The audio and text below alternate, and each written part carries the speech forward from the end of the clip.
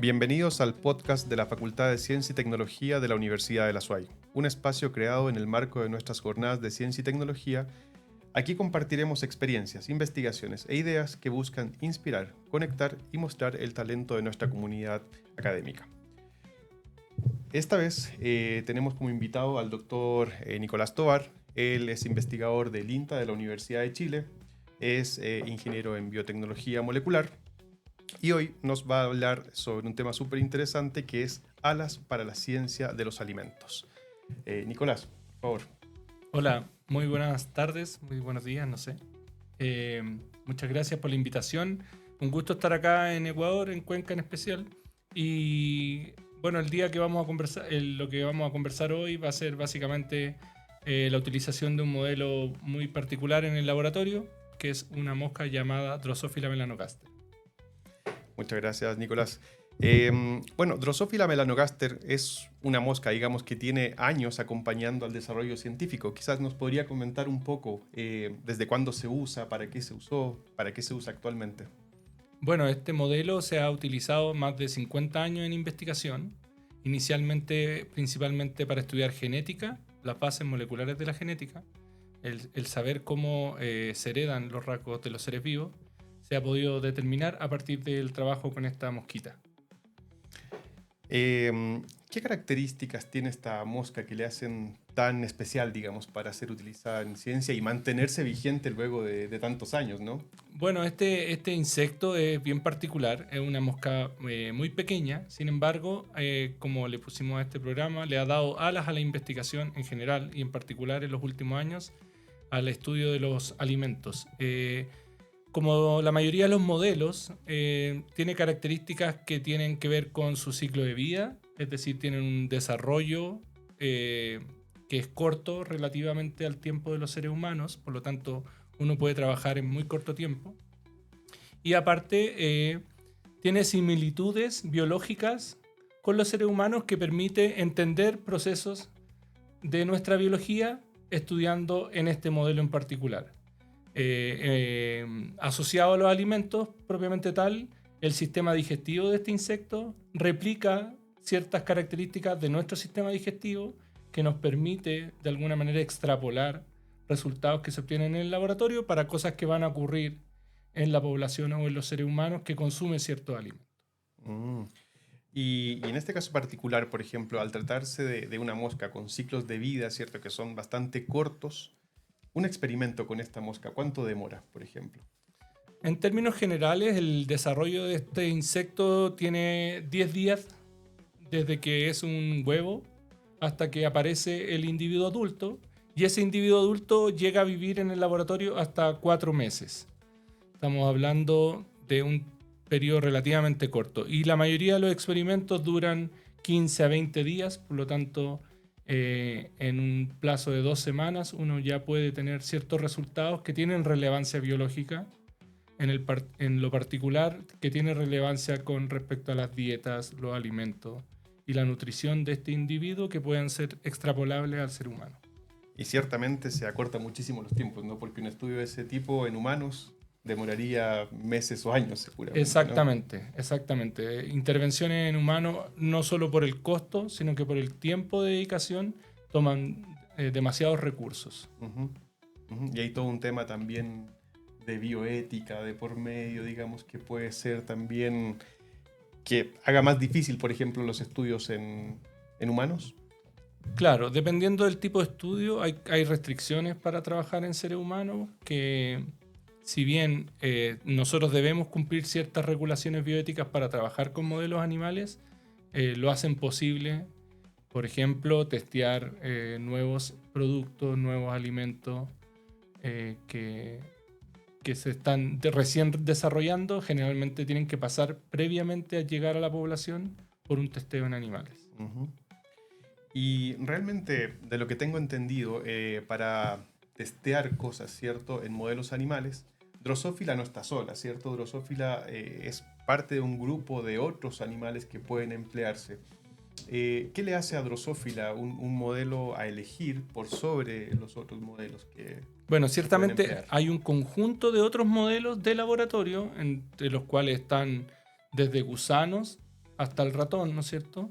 ¿Qué quiere decir eso? Que son representativos evolutivos. Tenemos a Drosophila, que es un insecto, tenemos a Zebrafish, que es un pez, que por lo tanto ya es un vertebrado, y luego tenemos a ratón o rata, son dos especies distintas en las cuales se hacen experimentos también, que son mamíferos, ¿ya? Entonces nos vamos acercando a la biología de los mamíferos humanos, pero Drosophila tiene la particularidad de que yo puedo trabajar con cientos de individuos a un bajo costo y mantenerlos en un espacio relativamente pequeño de un laboratorio respecto de otros modelos que obviamente requieren otros cuidados, otra alimentación, Claro, y otras instalaciones. Claro, y tiempos también un poco más largos, me imagino, ¿no? Claro, Como pez cebra pez, o ratas, cebra y ratones. ratón, exactamente. Claro. Tienen un tiempo de vida mucho más largo, estamos hablando de 2 años.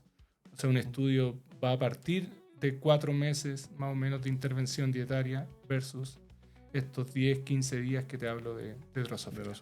Claro. Y este modelo, digamos, si tuvieses que destacar algo en lo que ha sobresalido en investigación, ¿qué hallazgo ha sido sumamente relevante para nosotros y que ha venido una investigación con Drosophila? Bueno, Drosophila es un modelo bastante famoso en el mundo de la investigación. De hecho, hay 6 premios Nobel en medicina y fisiología que han sido asignados a investigadores que utilizaron este modelo para descubrir cosas de la biología de los seres humanos. Por nombrar algunos, las bases moleculares de la genética, ¿no es cierto?, la herencia de los genes, y, por ejemplo, el reloj molecular, que es el cómo nuestros ciclos biológicos se regulan internamente. Eso también se descubrió en Drosophila, ¿ya? Entonces, ha dado mucho conocimiento que obviamente después ha permitido entender la biología de los seres humanos y que se ha verificado en seres humanos. Por lo tanto, el hallazgo que se hizo en Drosophila recibió ese premio Nobel por lo potente de ese resultado inicial, ¿no es cierto? Años después, cuando se valida eso en ser humano, uno dice, esta investigación en Drosophila estaba correcta, claro, y se traspasa directamente a la biología especie, ¿no?, de nuestra especie. Claro.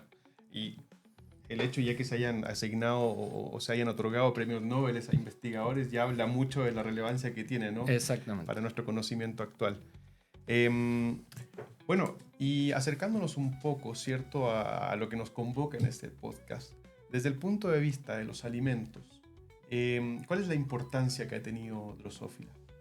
Bueno, como te mencionaba, tanto en nutrición como en alimentos, Drosophila ha ido en la última década, por decirlo de alguna manera, siendo muy presente para estudiar distintas actividades de compuestos que están presentes en los alimentos y compuestos que son de interés para la medicina o para la biomedicina, se testean en Drosophila. Entonces, ¿qué características tiene este modelo que permite hacer eso? Bueno, dentro de su ciclo de vida tenemos 2 etapas importantes. La etapa de larva, que es donde el gusano se está desarrollando inicialmente, y ese gusano, para desarrollarse, lo único que hace durante un periodo de 3 días aproximadamente es comer.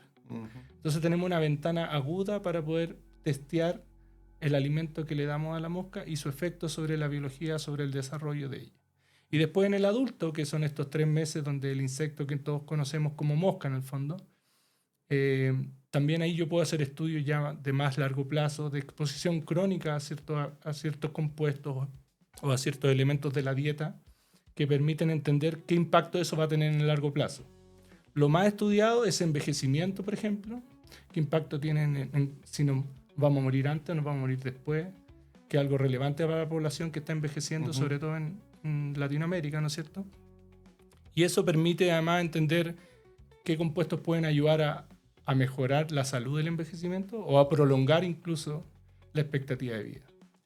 Y en el caso de estas moscas, por ejemplo, ¿hay alguna forma de ver que se extiende la vida y, de alguna manera, se mantiene una buena calidad de vida? Claro, nosotros tenemos ensayos que llamamos funcionales, es decir, que permiten evaluar la calidad de la vida de esa mosca. Por ejemplo, hay conductas que están estereotipadas, o sea, que nosotros conocemos cómo ocurren en el insecto.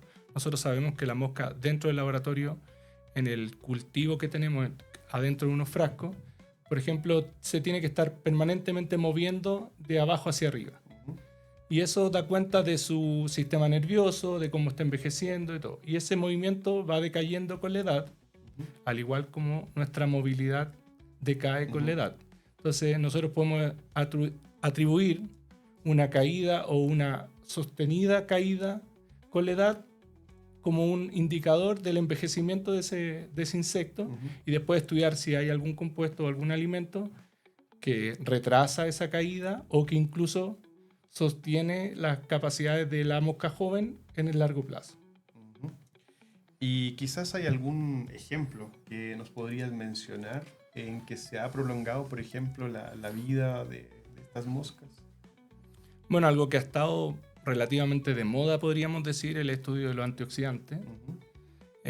Sabemos que con el envejecimiento los procesos de estrés oxidativo, es decir, de cómo ciertas moléculas impactan negativamente en nuestra salud, pueden ser prevenidas por moléculas que conocemos como antioxidantes, que están principalmente en los vegetales y en derivados de frutas sobre todo, ¿ya?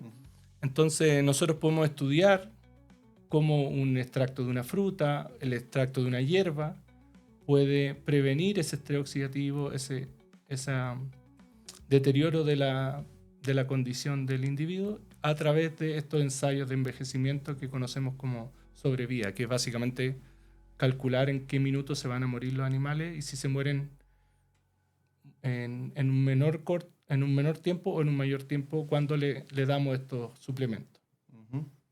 Y bueno, yo creo que ustedes al trabajar en un instituto, digamos que tiene bastantes herramientas para estudiar no solo el comportamiento, sino que quizás procesos que están ocurriendo a nivel mucho más celular y molecular dentro de estas moscas. De manera simple, ¿qué es lo que hacen ustedes, por ejemplo, cuando le alimentan a estas moscas con estos extractos? Además de ver, digamos, que mantienen su movilidad, que se va extendiendo su periodo de vida, ¿qué más les investigan? Bueno, a nivel celular nosotros tenemos también indicadores, marcadores que son proteínas o que son moléculas que explican el funcionamiento ya a nivel más molecular o celular, como tú mencionas. Entonces medimos, por ejemplo, la presencia de alguna molécula que sea un marcador del envejecimiento o que sea un marcador de un estado patológico como puede ser una enfermedad.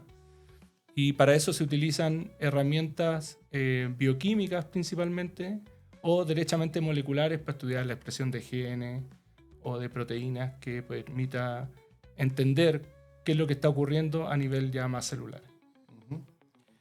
Y eso de alguna manera a nosotros nos da a entender, ¿cierto?, que esta mosca, además de todas las ventajas que tiene de ciclos reproductivos súper rápidos, que se les puede tener en espacios reducidos, se debe conocer sumamente bien, ¿no?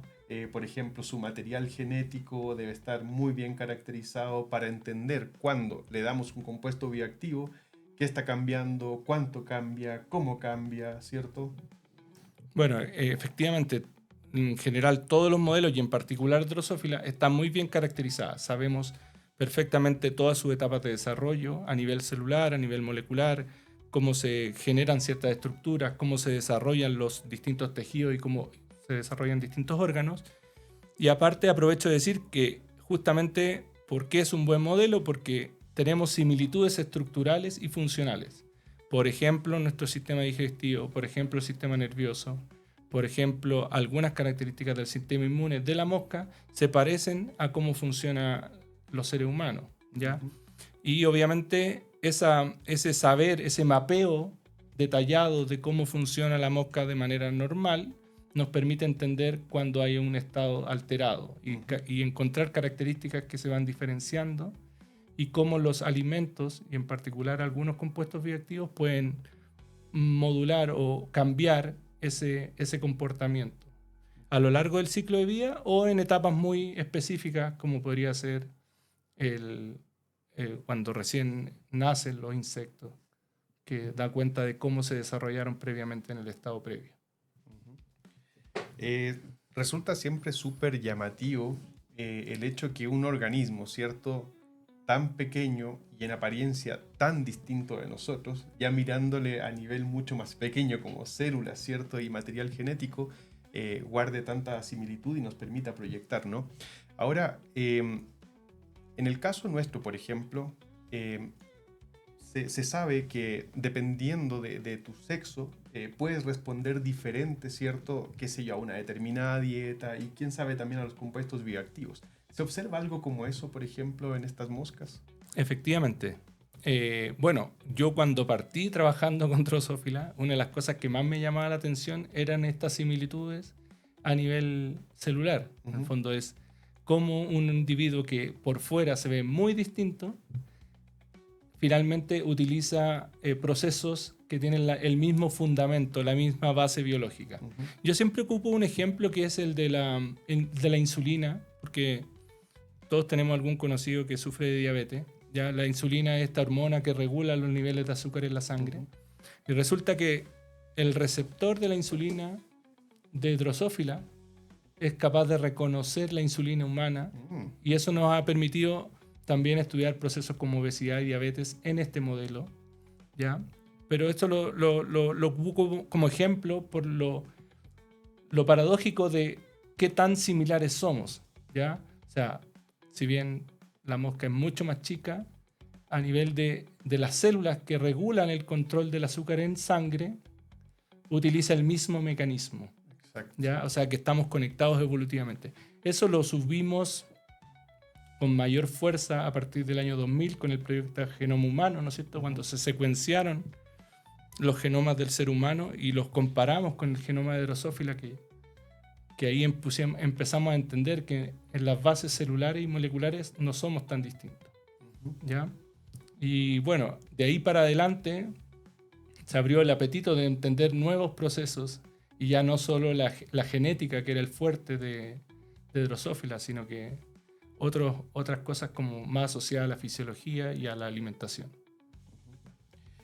Y bueno, esta mosca en realidad entiendo que si ya se conoce tan bien su material genético y se ha venido trabajando en laboratorios en muchos lugares del mundo, ¿cierto?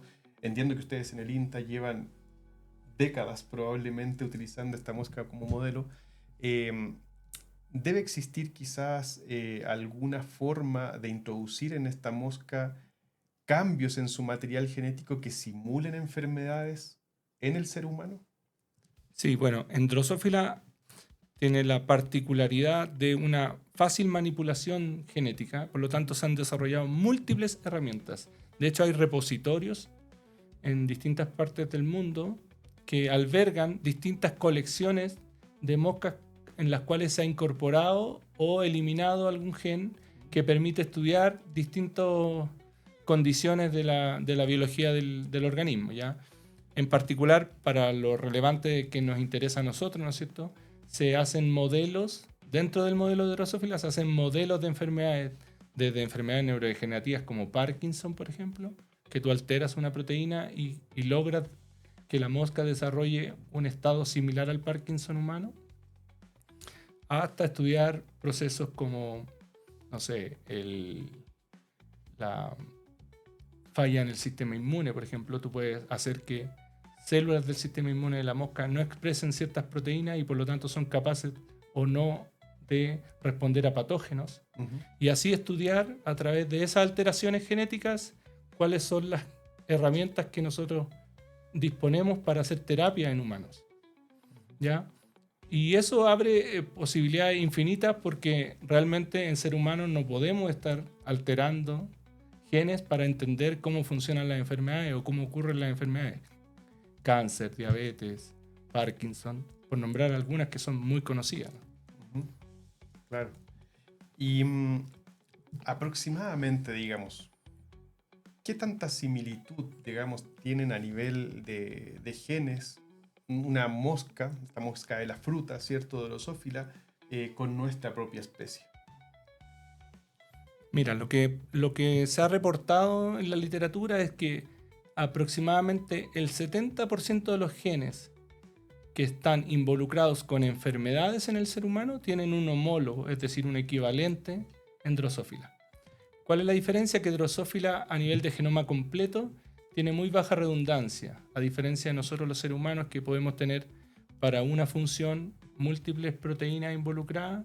Drosophila en general tiene una proteína involucrada y por lo tanto si yo modifico esa proteína al tiro observo un cambio. No existe una compensación que se llama porque hay alguien que está haciendo el papel de la que está fallando. Exacto. Una copia adicional. Una copia adicional. Claro, un mecanismo de protección de alguna manera que podría tener nuestra especie, ¿no? Exacto. Como un backup. Eso, entonces, es sumamente interesante que esta mosca, digamos, nos abre mil puertas, básicamente, si tenemos tanta homología, tantos genes que son similares al aplicar estas técnicas, ¿cierto? De romper o apagar estos genes. Hay mucho por tejer ahí, básicamente, ¿no? O sea, la investigación con esta mosca, me imagino, sigue siendo súper activa en estos Nosotros días. los moscólogos decimos que las posibilidades son infinitas. Básicamente porque podemos modificar tanto el genoma como las condiciones ambientales o externas a la mosca. Y algo que utilizamos mucho en el estudio de alimentos de nosotros es modificar la dieta, ¿ya? Porque entendemos que en el mundo actual en el que vivimos, la dieta que consumimos está siendo un factor determinante para nuestra salud, para nuestra expectativa de vida, y podemos a través de la dieta de la mosca también estudiar esos factores. Y eso es lo que hemos puesto el foco nosotros en la investigación en el INTA los últimos años, que básicamente en vez de utilizar modelos genéticos para producir enfermedades, utilizar modelos dietarios, es decir, inducir ciertas condiciones de interés a través de la dieta y luego ir a buscar compuestos que sean capaces de prevenir, revertir o incluso recuperar, ¿no es cierto?, ciertas condiciones hacia un estado más saludable. Muy interesante. Y bueno, precisamente siguiendo por esta línea, tú has estado trabajando en colaboración con nuestra institución, justamente donde hay un laboratorio, ¿cierto?, que se encarga de estudiar compuestos bioactivos y surgió esta interesante, ¿cierto?, red en la cual se evaluaron compuestos en el INTA y también en colaboración con otras universidades en Uruguay. ¿Nos podrías comentar, por favor, un poco sobre eso? Sí, bueno, ya esta colaboración se inició hace 2 o 3 años de manera como dedicada en la investigación. El doctor Marco Lazo, a quien pude conocer a través de una red de interacción latinoamericana, estaba estudiando ciertas actividades asociadas al selenio bioactivo, ¿no es cierto? Un compuesto esencial para muchas proteínas en todos los seres vivos, ¿no es cierto? Y entonces nosotros le ofrecimos la posibilidad de hacer estudios in vivo, ¿ya? Los estudios in vivo tienen la gracia que básicamente va a reproducir ciertas condiciones que no se pueden reproducir in vitro, ¿no es cierto? Con un cultivo celular o con una técnica química, ¿no es cierto?, que tiene que ver con saber qué le pasa a ese alimento o a ese ingrediente de alimento cuando es digerido, cuando pasa por el tracto del estómago, el intestino, cómo la microbiota del intestino lo transforma y finalmente eso tiene un impacto en el ser vivo y por lo tanto Drosophila lo utilizamos ahora como un modelo para entonces testear ciertas actividades de estos compuestos. En particular, como les decía, proteínas selenizadas, proteínas que contienen un elemento que es muy relevante para el control del estrés oxidativo. Entonces combinamos el modelo in vivo de inflamación y estrés oxidativo que nosotros teníamos por dieta para empezar a testear compuestos. Y ahí hay una batería enorme de posibilidades para entender cómo esos compuestos que pretendemos poner en algún alimento, ¿no es cierto?, pueden beneficiar a la salud del individuo. Perfecto. Y quizás de una forma que todos nosotros podamos entender, digamos, ¿cómo va un proceso de investigación como digamos, en que tenemos una proteína que tiene este elemento, ¿cierto?, el selenio, se lo damos a la mosca y más o menos cómo sería, digamos, tu semana o tus 2 semanas de investigación con estas moscas? Bueno, así a modo bien general, nosotros básicamente lo que hacemos es definir alguna variable de interés. Por ejemplo, podría ser los niveles de glucosa en la sangre, o podría ser el tiempo de sobrevida, o podría ser esta capacidad de escalar por la pared del tubo en el caso de la mosca, que representa la movilidad de cualquier individuo, ¿no es cierto?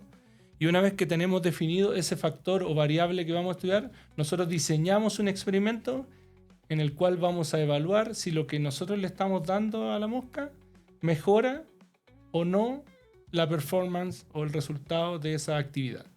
¿Ya? Entonces en nuestro caso tenemos un control, tenemos una condición en la que no hacemos ninguna intervención en las moscas y tenemos otras condiciones experimentales. Y esas condiciones experimentales son las que nos van a permitir responder si lo que le estamos dando en la dieta tiene un efecto positivo o no, y por lo tanto definimos un tiempo de exposición a esa dieta. Que en general, como les decía yo, pueden ser 7 días, 10 días, 15 días, que son los tiempos mínimos para poder ver efectos dietarios.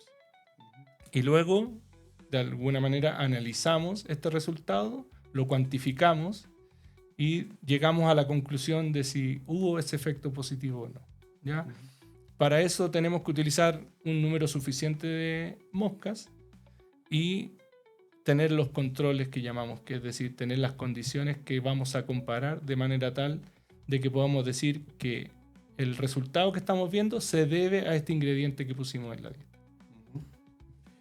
Y cuando tú hablas de un número, digamos, adecuado de moscas, ¿a cuántas te refieres y en qué espacio las puedes tener? Para que nosotros nos hagamos una idea de cómo estás tú ahí en el laboratorio. Bueno, nosotros crecemos las moscas en unos viales o tubos de plástico que tienen en su parte inferior el alimento y en la parte superior un tapón de esponja que permite el intercambio de aire para que la mosca respire.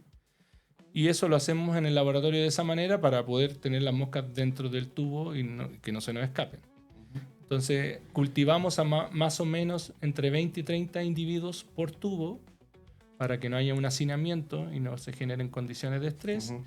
Y podemos tener, no sé, en una bandeja de 50 tubos la cantidad suficiente para un experimento. Estamos hablando de 100, 200 moscas por condición.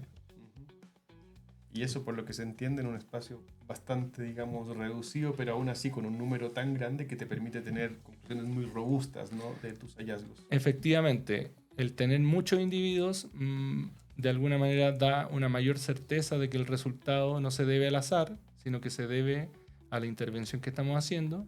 Y nuestros cuartos de cultivo de Drosophila, estamos hablando de salas de 4 o 5 metros cuadrados como mínimo, pero en la cual tú puedes tener todo tu equipamiento más las moscas, que estamos hablando de, como te digo, bandejas de 50 tubos con 20 moscas cada tubo. O sea, tenés muchos individuos en un espacio de 2 o 3 metros cuadrados. Muy, muy impresionante, la verdad. Bueno, estas mosquitas me imagino que van a seguir acompañando tu investigación por un largo tiempo, ¿no? ¿Nos podrías contar más o menos qué planes tienes tú con ellas? ¿En qué te encuentras trabajando actualmente? ¿O hay personas del INTA, digamos? Bueno, nosotros tenemos múltiples líneas de colaboración, en particular la de compuestos bioactivos con Marco acá en Ecuador, con Carmen en Uruguay, que ella está trabajando con extractos de vino, pero en paralelo tenemos otras líneas de investigación, unas que tienen que ver con cáncer, otras que tienen que ver con cronobiología, entender cómo los ritmos de los seres vivos determinan su salud o su enfermedad. Y también tenemos otras colaboraciones que tienen que ver con la posibilidad de testear efectos nocivos de algunas pesticidas, insecticidas. Y bueno, quizás para contar algo más anecdótico, ¿no? ¿Les ha pasado alguna vez que quieren hacer un tratamiento con estas moscas y por alguna razón, por ejemplo, no se quieren alimentar de lo que ustedes le dan? Bueno, los insectos, y en particular Drosophila, es un animal muy sensible, y efectivamente, cada vez que nosotros iniciamos una investigación, lo primero que tenemos que hacer es comprobar que se están comiendo lo que nosotros les damos en la dieta, ¿ya? Para eso tenemos algunos ensayos de ingesta que nos permiten comprobar efectivamente que lo que le damos se lo comen y que los efectos que vemos en los experimentos no tienen que ver, por ejemplo, con que dejaron de comer, ¿ya? Si una población se me muere, que no sea porque no estaban comiendo, porque no les gustaba. Ya son muy sensibles a los olores, al sabor, por supuesto, y a la textura u humedad del alimento. Por lo tanto, todas esas cosas nosotros las verificamos. Hemos tenido algunas malas experiencias, ¿no es cierto? Algunas anécdotas relativas a eso. Por ejemplo, subiendo ciertos componentes que tienen un sabor amargo. En un estudio que hicimos con hierbas medicinales, habían un par de hierbas que eran muy amargas y las moscas no se la comían. Entonces fue imposible evaluar efectivamente el efecto de ese extracto de hierba porque no había cómo darle la dieta. Pero en general nosotros en fondo modulamos, tratamos de variar la cantidad de estos compuestos para que logremos hacer el ensayo y que se lo puedan comer. Claro, súper importante al final. Y bueno, en realidad creo que por todo lo que hemos conversado es bastante claro que Drosophila melanogaster efectivamente le ha dado alas a la ciencia, nos ha entregado información sumamente relevante para entender nuestra salud, nuestra enfermedad, y lo sigue haciendo. No sé, Nicolás, si nos quisieras hacer unos últimos comentarios, digamos, para cerrar este podcast.